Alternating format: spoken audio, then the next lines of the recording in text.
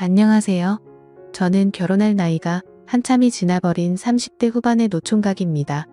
일단 간략히 말씀드리자면 얼마 전 제 인생의 모든 걸 바치고 싶었던 여자친구가 있었습니다. 어린 여자였음에도 불구하고 남들과는 달라서 독특했고 제겐 평생을 함께하고 싶었던 여자였죠. 그래서 당장이라도 결혼을 하고 싶어서 무리하게 진행을 하다가 그 과정에서 생각하지도 못했던 일이 결국에 터져버리고 말았던 거죠. 사연을 끝까지 읽어보시고 댓글 좀 부탁드리겠습니다. 저는 사실 그동안 연애를 할 수 없을 정도로 제가 부족했다고는 생각하지 않고 살았습니다. 주변에 있는 사람들도 저만큼의 외모나 능력이면 진작 결혼했어야 할 것 같은데 혹시 여자를 만나지 않는 다른 이유 같은 거 있는 거 아니냐며 물어볼 정도였었죠. 하지만 제가 살면서 연애를 딱 2번 해봤었는데 사실 그 연애도 남들이 보면 혀를 차면서 웃을 정도로 짧은 만남이었으니 사실은 모태솔로나 다름이 없었습니다.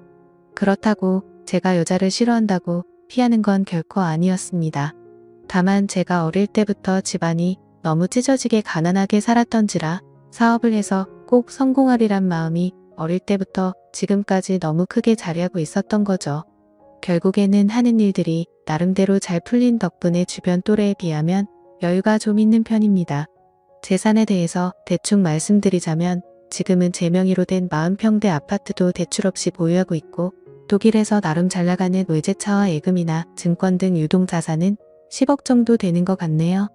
이 돈을 벌어오면서 우여곡절도 정말 많았고 힘든 시기도 많았었던 것 같습니다. 사업을 이루고자 하는 목표 하나만으로 20살이 되자마자 자원해서 군대를 갔다 왔고 군대에서도 목돈 마련에 조금이라도 보탬이 되고 싶다는 생각에 그 작은 월급조차도 푼돈이지만 악착같이 모았던 저였죠. 22살에는 전역을 하게 되었고 하루도 쉬지 않고 곧장 일자리를 알아봤습니다. 제 첫 목표는 작은 가게라도 시작하려는 마음이 컸었기에 하루 종일 알바를 3탕씩 뛰었던 것 같네요. 그러다가 제가 하는 가게 중에 제일 바빴던 가게는 다름 아닌 치킨집이었습니다. 남들처럼 평범하게 해서는 성공할 수가 없다는 걸 잘 알았기에 제가 아는 곳 중 제일 장사가 잘 되는 이곳처럼만 하면 쉽게 돈을 벌 수 있을 것 같았고 그날부터는 최대한 치킨집 사장님과 친해져서 어깨너머로 모든 노하우를 다 전수받으려고 항상 열심히 했었습니다. 치킨에 대해 엄청나게 열심히 공부도 하면서 지냈더니 일을 시작한 지도 금세 1년이라는 시간이 지나 있었고 초기 사업 자금으로 5천만 원이 모여 있었습니다.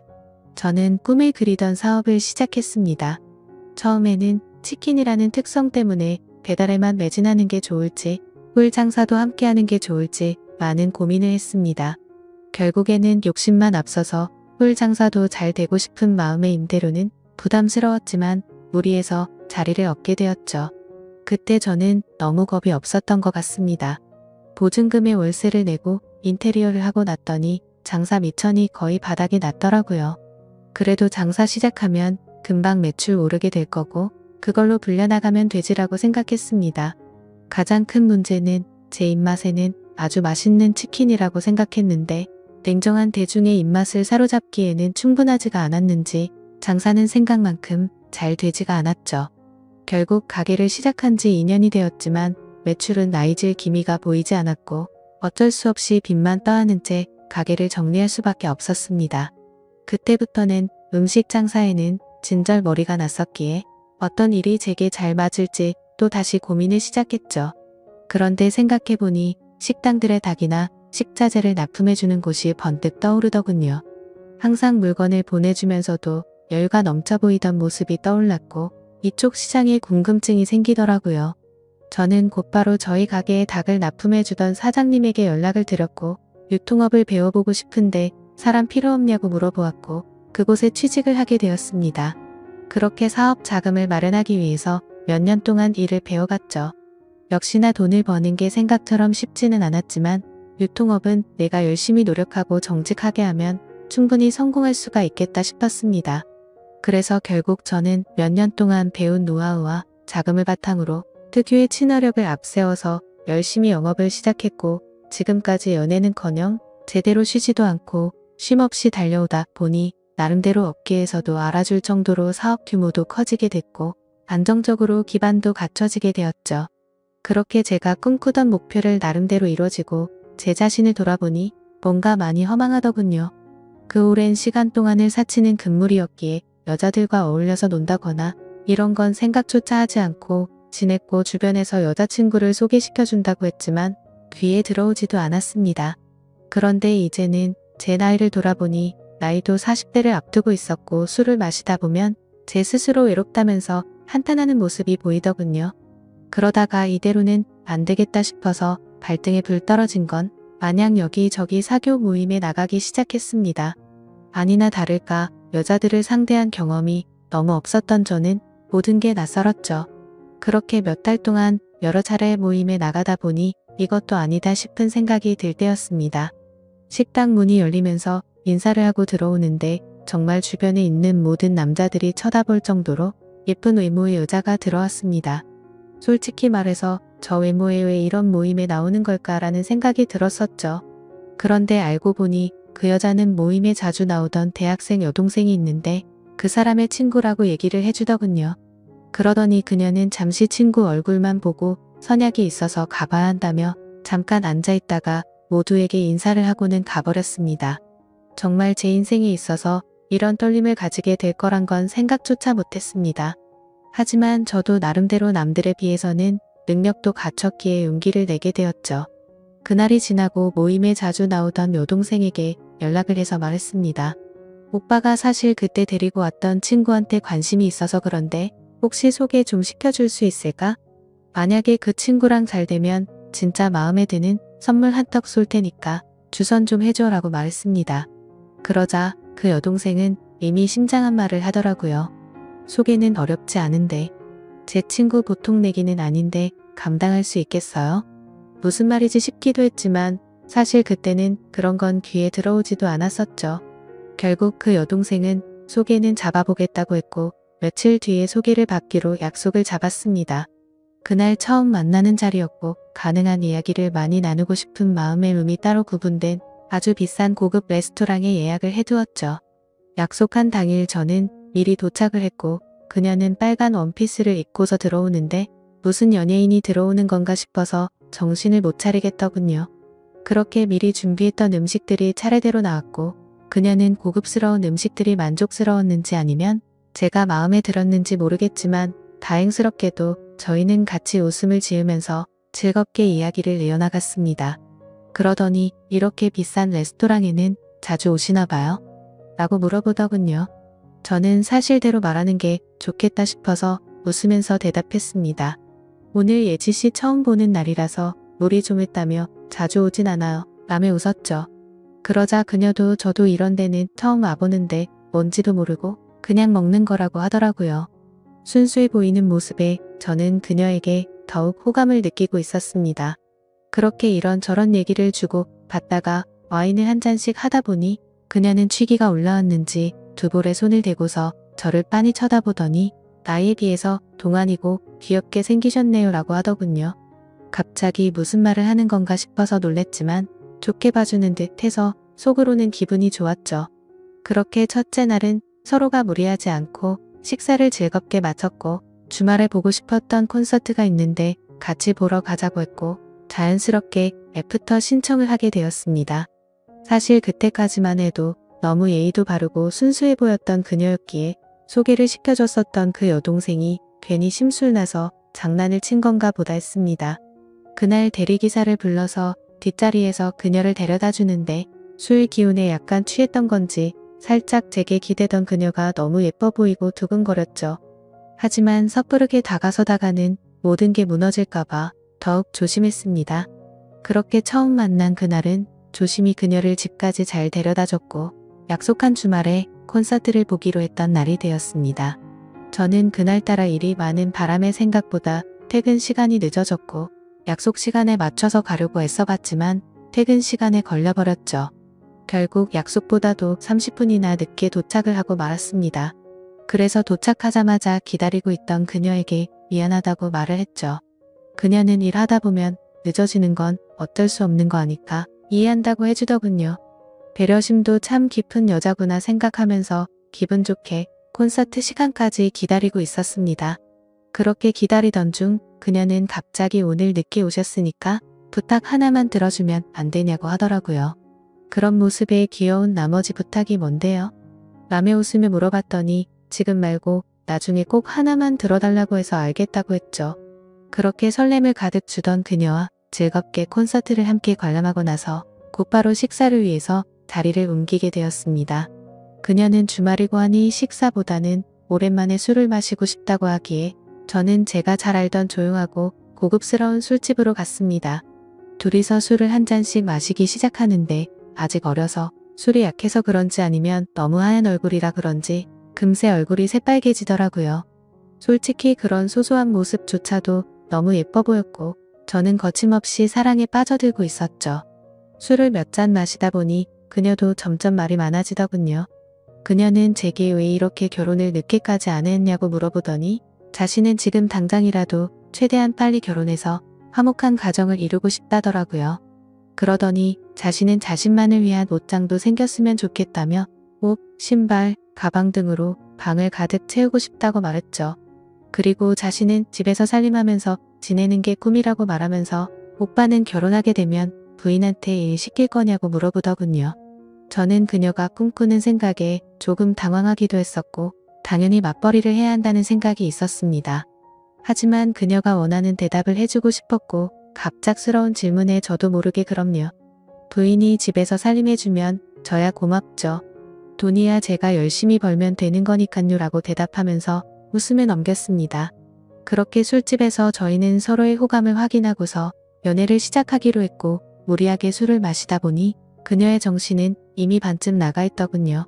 그때부터는 그녀와 말을 편하게 하기로 했기에 부축을 해주면서 물었습니다. 오빠가 집까지 데려다 줄 테니까 주소 좀 불러줄래? 그러자 그녀는 나 지금 이렇게 들어가면 아빠한테 혼나는데 술 좀 깨 겸 쉬다가 가면 안 될까요? 라고 하더군요. 그 말에 왠지 모르게 심장이 두근거렸고 저도 술에 취해서 그 말이 너무나도 반가웠습니다. 그러면 오빠가 여기 근처에 쉴만한 곳 좀 찾아볼게 라고 말했습니다. 그녀는 그냥 오빠 사는 곳도 구경하고 싶은데 집으로 가면 안 돼요? 라고 하더군요. 당돌한 그녀의 말에 깜짝 놀랐지만 속마음은 행복할 따름이었죠. 그래서 여자친구와 저는 처음으로 단둘이 있을 수 있는 저희 집으로 갔습니다. 집에 도착하고 나서 그녀는 이곳 저곳을 꼼꼼히 둘러보더니 오빠랑 결혼하면 저도 여기에 지내는 거예요? 이러더군요. 솔직히 제 마음속으로는 무슨 연애를 시작하기로 한 날부터 저런 말을 서슴없이 하는 거지 싶더라고요. 그렇지만 혹시라도 기분이 나빠질까 봐서 여자친구의 기분이 좋아지게 대답을 해줬습니다. 앞으로 결혼하면 이 집에다 예지가 원하는 거 다 하면 되는 거지 라며 웃으며 대답해줬죠. 집 구경을 한참 동안 하고서 그녀와 저는 서로를 마주보고 있는데 여자친구는 갑자기 전혀 생각하지도 못한 충격적인 말을 하더라고요. 사실은 이렇게 같이 있어서 좋긴 한데 자신은 혼전순결이라며 제게 미리 말해줘야 할 것 같다더군요. 그 말을 듣고 나니 솔직히 신체 건장한 남자로서 아쉬운 마음이 컸었지만 여지껏 연애도 안 하면서 잘 살아왔기에 그냥 그러려니 하는 마음으로 이해한다고 말해줬습니다. 그러자 그녀는 이해해줘서 고맙다며 피곤해서 먼저 자겠다면서 빈 방으로 들어갔습니다. 저는 허탈한 마음에 와인을 더 마시고 잠을 잤고 다음날 아침에 일어나 보니 오늘 약속이 있다며 먼저 간다는 쪽지를 남겨두었더군요. 아마도 그때부터 그녀의 본 모습이 나온 게 아닌가 싶었습니다. 전날 마신 술 때문에 해장을 좀 해야겠다 싶어서 근처 식당에 가서 밥을 먹었고 계산을 하려고 지갑을 열었는데 묵직했었던 현금이 사라지고 없더라고요. 왜냐하면 혹시라도 제가 계산을 하는데 지갑이 비어 보이면 자존심이 상해서 5만원권으로 많이 채워놨었기 때문이었죠. 그때는 가끔 술 마시고 돈도 잃어버리는 일이 종종 있었기에 그냥 또 잃어버렸나 생각을 하고 넘겼습니다. 하지만 지금 돌이켜보면 아마도 그 돈도 제 여자친구가 몰래 훔쳐갔던 게 아닌가 싶네요. 아무튼 그날 이후로 저희는 남들처럼 좋은 곳에서 데이트도 하고 다니며 사랑을 키워나갔죠. 다른 날과 다름없던 어느 날 데이트를 하고 있는데 대뜸 부탁이 있다고 하더라고요. 콘서트에서 기다리게 해서 부탁 들어주기로 했던 거 있지 않았냐면서 혹시 그때 약속했던 부탁 오늘 들어주면 안 되냐고 하더군요. 그래서 부탁이라고 해봤자 별거 있을까 싶어서 무슨 부탁인지 물었죠. 사실은 친구가 남자친구한테 가방을 선물 받았답니다. 친구가 우쭐대면서 자랑하는데 기분이 너무 나빠졌다고 하더라고요.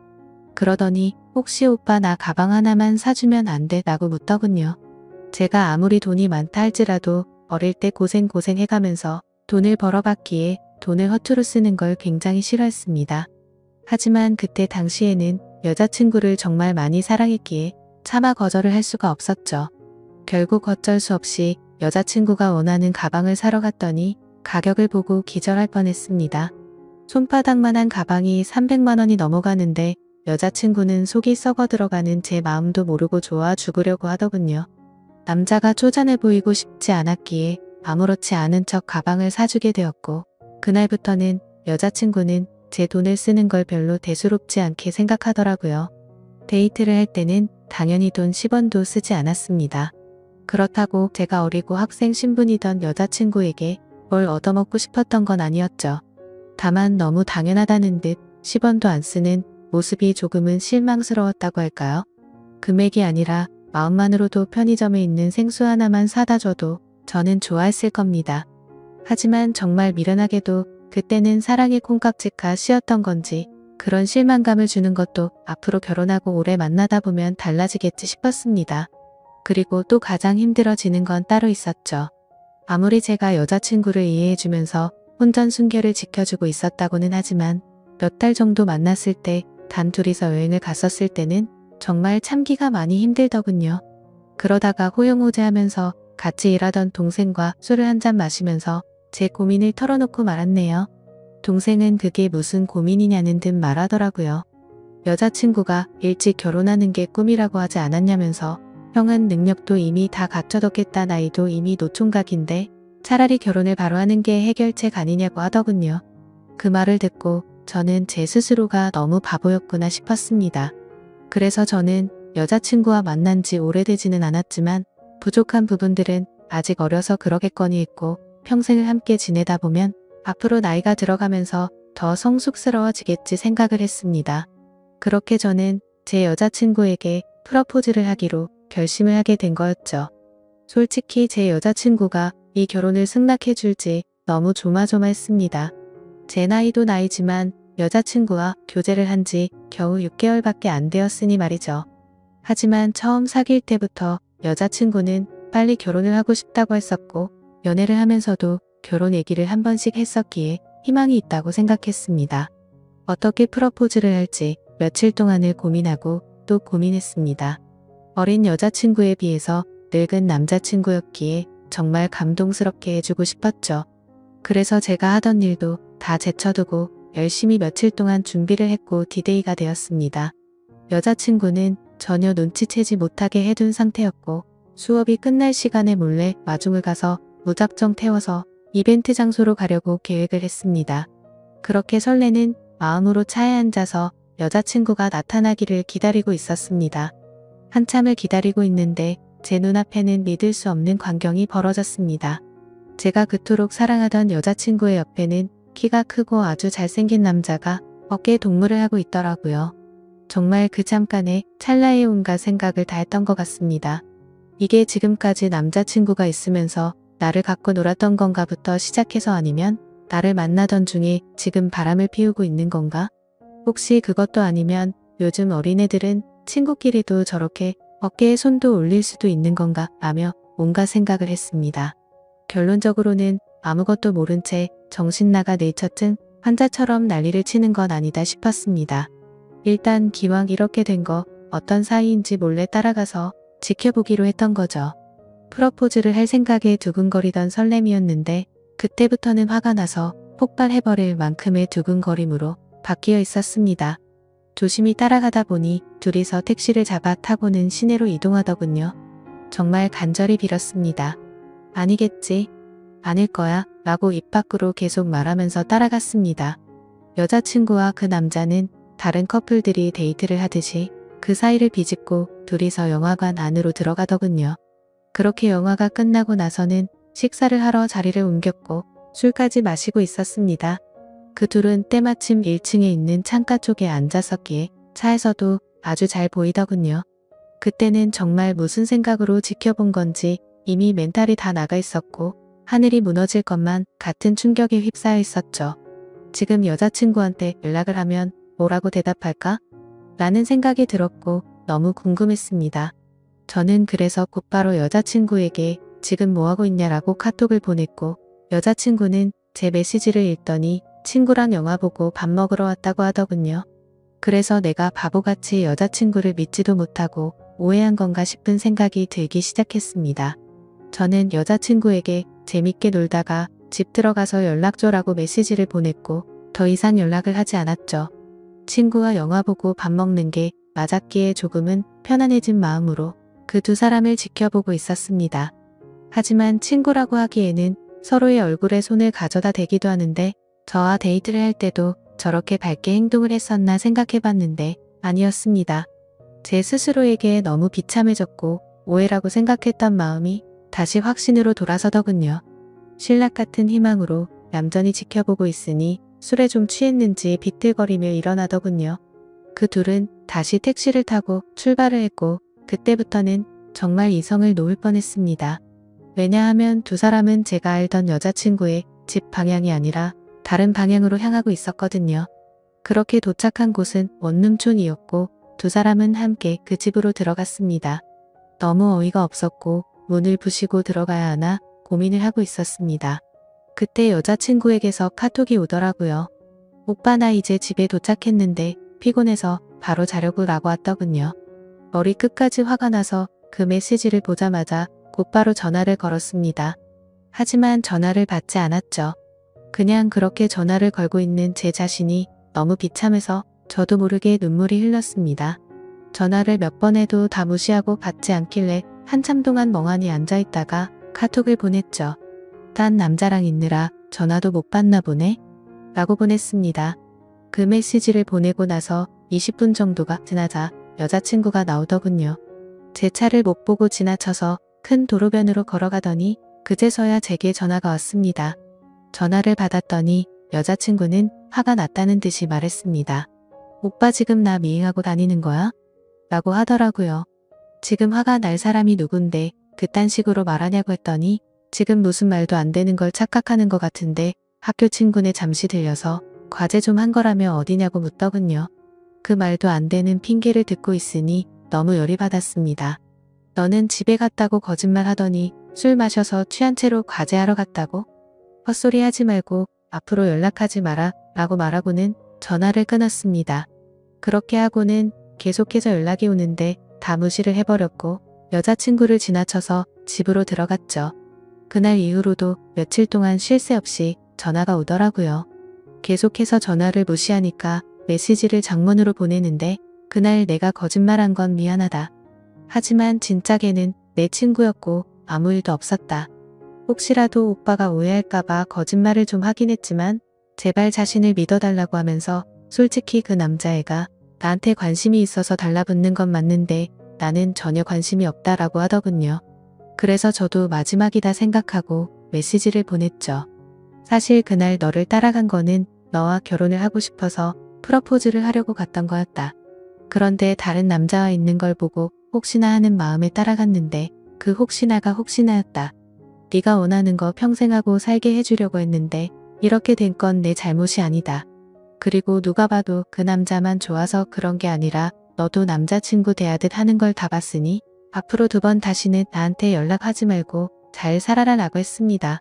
그렇게 마지막 메시지를 보내고 나서도 벌써 일주일이 지났습니다. 정말 마음이 너무 아프고 가슴이 찢어질 것 같네요. 여자친구에게서는 아직까지도 매일같이 연락이 오고 있습니다. 지금도 자신은 결백하다면서 제가 고백을 했으면 저와 결혼하려고 했다고 합니다. 그러면서 지금까지 사준 옷, 신발, 가방 다 가져가도 좋으니까 제발 용서해달라고 당장 결혼해서 행복하게 살자고 하더라고요. 하지만 저는 여자친구의 이 말이 거짓말인 걸 알고 있습니다. 일주일 전 그날 집에 들어오자마자 저에게 여자친구를 소개해줬던 여동생에게 연락을 해봤었죠. 그리고 대뜸 이렇게 말했습니다. 너 내가 여자친구 소개해줘서 고맙다고 선물해준 거 100만 원 넘는 거 알지? 네가 지금부터 거짓말하면 네 선물도 도로 가져갈 거고 널 사기죄로 고소할 거라고 하지만 모든 걸 솔직하게 말해주면 선물도 필요 없고 너한테는 아무 말 안 하겠다. 내가 지금 예지가 다른 남자랑 있는 거 봤는데 키 크고 잘생긴 그 친구 너도 알지? 둘이 무슨 사이인지 솔직하게 말하라고 했습니다. 그러자 그 여동생은 말했습니다. 오빠 진짜 죄송해요. 저도 그 둘이서 사귀고 있는 건 전혀 몰랐어요. 오빠랑 예지가 사귀고 몇 달 정도 지났을 때 그 둘이서 비밀 연애하고 있던 걸 자신한테 들켰다고. 오빠한테는 절대로 비밀로 해달라고 해서 어쩔 수가 없었어요 라고 하더군요. 그 대답을 듣고 한참을 고민하다가 물었습니다. 마지막으로 하나만 더 물어볼게. 예지가 혼전순결이라고 하던데 그 말은 사실이냐고 했더니 자신이 아는 바로는 전혀 그렇지 않다고 하더군요. 예상을 했지만 그 충격은 정말 너무 어마어마했습니다. 그래서 저는 내가 지금 이 사실 아는 거 절대로 말하지 말고 너도 다시는 나한테 연락하지 말라고 하고는 전화를 끊었습니다. 도대체 이 여자는 무슨 생각이었을까요? 돈 없고 어린 대학생 남자친구가 마음에 안 들어서 저를 만났던 걸까요? 여러분들이 보실 때는 제가 어떻게 하는 게 좋을까요? 감사합니다.